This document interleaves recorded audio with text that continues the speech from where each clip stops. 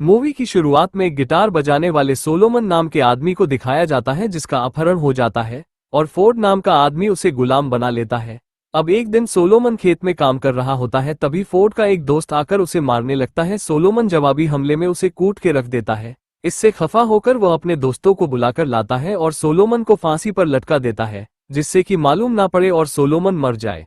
सालों पहले की बात है। सोलोमन एक पार्टी में अपना गिटार का प्रोग्राम खत्म कर घर पहुंचता है और अपने बच्चों मार्गेट व एना को सुलाने के बाद अपनी बीवी के पास जाता है। वो बातों बातों में बताती है उसे नौकरी के लिए न्यूयॉर्क जाना होगा। सोलोमन के मन में नहीं था वो जाए, इस पर उसकी बीवी कहती वो सिर्फ 3 सप्ताह को जा रही है, फिर वापस आ जाएगी।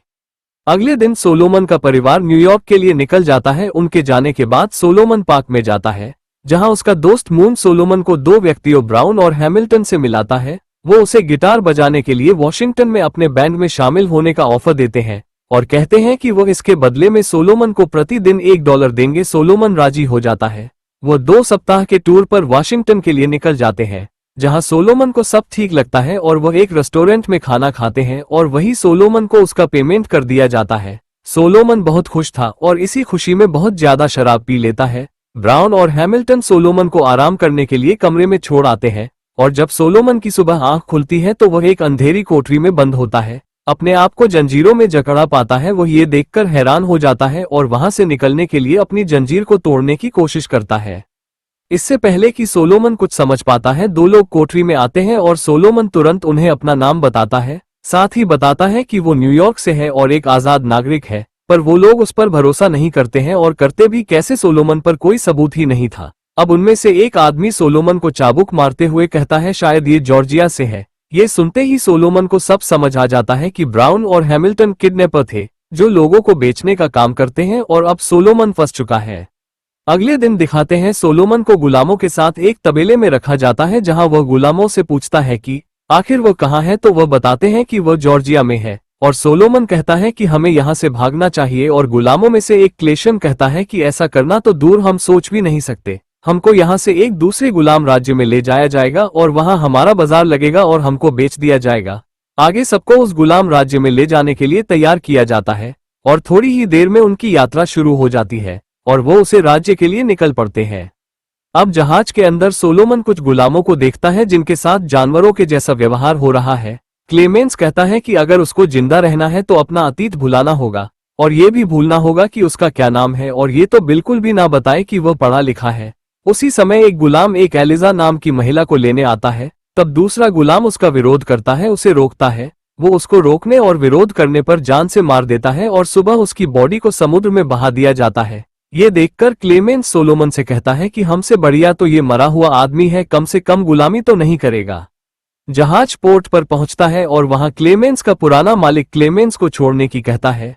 क्लेमेंस अपने मालिक को देखते ही उसके पास दौड़कर जाता है। अब सोलोमन को मालूम पड़ जाता है क्लेमेंस पहले से ही गुलाम था और उसका फिर से किडनैप हो गया था। सोलोमन अपनी मदद के लिए क्लेमेंस को पुकारता है, लेकिन वह नजरअंदाज करके चले जाता है। अब एक आदमी जिसका नाम फ्रीमैन है सारे गुलामों को नए नाम से पुकारता है। सब खड़े हो जाते हैं। वहीं सोलोमन को प्लेटर से पुकारता है, लेकिन वो अनसुना कर देता है। तब फ्रीमैन सोलोमन को एक थप्पड़ मारता है और कहता है कि तुम्हारा नया नाम प्लेटर है।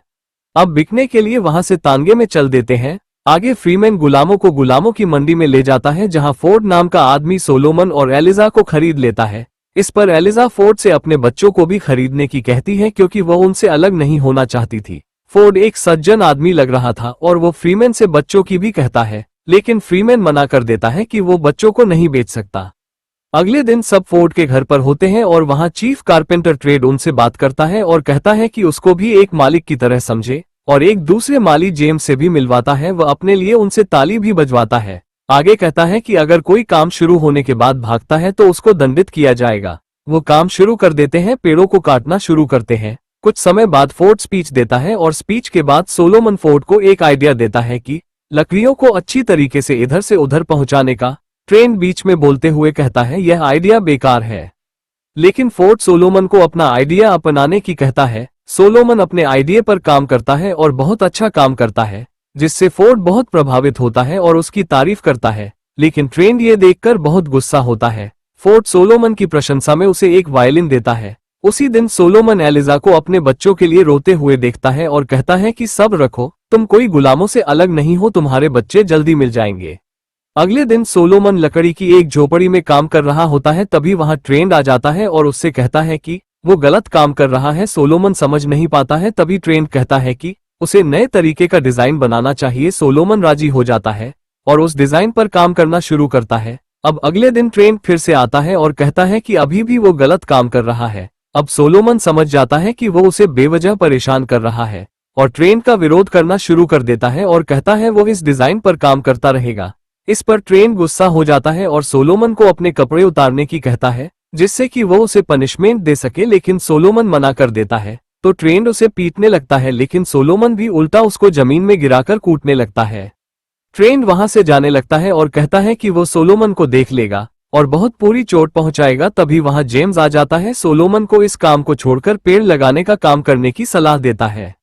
अगले दिन सोलोमन बैठा होता है, तभी ट्रेंड अपने दोस्तों को लेकर आता है, उसमें बुरी तरीके से पिटाई लगाता है और सोलोमन के गले में रस्सी डालकर लटकाकर मारने की कोशिश करता है। सोलोमन को मार ही दिया होता है कि बीच में चैपमैन आ जाता है और ट्रेंड को डांटते हुए कहता है कि तुम ये क्या जुल्म कर रहे हो, और सोलोमन को छोड़ने की कहता है। तभी ट्रेंड सोलोमन को छोड़कर अपने दोस्तों के साथ भाग जाता है और चैपमैन भी सोलोमन को अंदर जाने की कहकर चला जाता है, जबकि उसे फांसी से उतारता नहीं है। सोलोमन अपने आप को बहुत ज्यादा डरा हुआ महसूस करता है और अपने आप को खत्म करने की कोशिश कर रहा होता है। तभी फोर्ड घर में से देख लेता है और उसे फंदे से उतारकर अपने घर के अंदर ले जाता है। सोलोमन को अंदर लाकर कहता है कि उसे सोलोमन को एपिक नाम के व्यक्ति को देना होगा, क्योंकि ट्रेंड उसको फिर से मारने की कोशिश करेगा।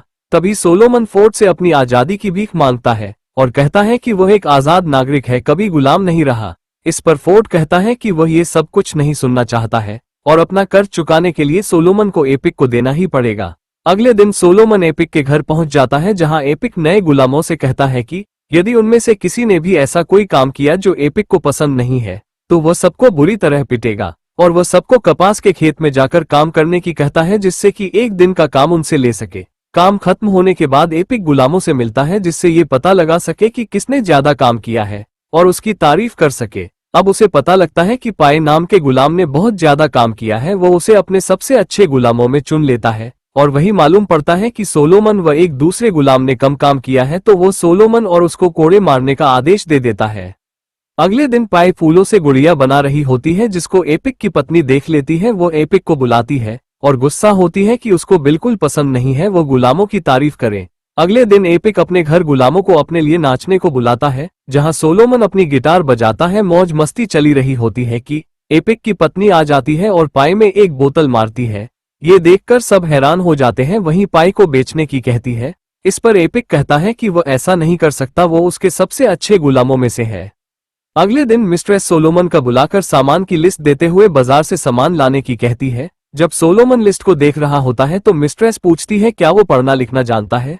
इस पर सोलोमन झट से मना कर देता है और बाजार जाने को निकल पड़ता है। रास्ते में सोलोमन भागने का मूड बना लेता है, पर उसे एपिक गुलामों में मार लगाते दिख जाता है। जो सोलोमन से जाने का कारण पूछता है तो वो बता देता है मालकिन का सामान लेने जा रहा है और साथ ही भागने का प्लान भी कैंसिल कर देता है। वो दुकान से सामान ले आता है, जिसमें एक कागज का टुकड़ा भी था। अब अगले दिन एपिक सोलोमन को अपने एक दोस्त शॉ के घर पाई को लेने भेजता है।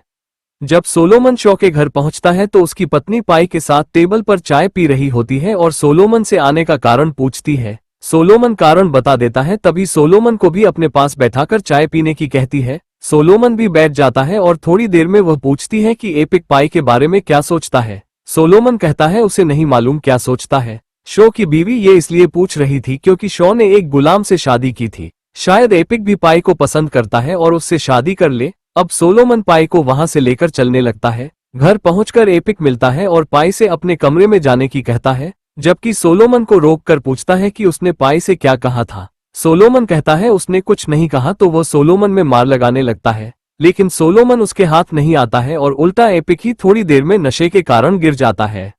इस पर सोलोमन उसको उठाने लगता है और उसे मौका मिल जाता है सोलोमन को सजा देने का।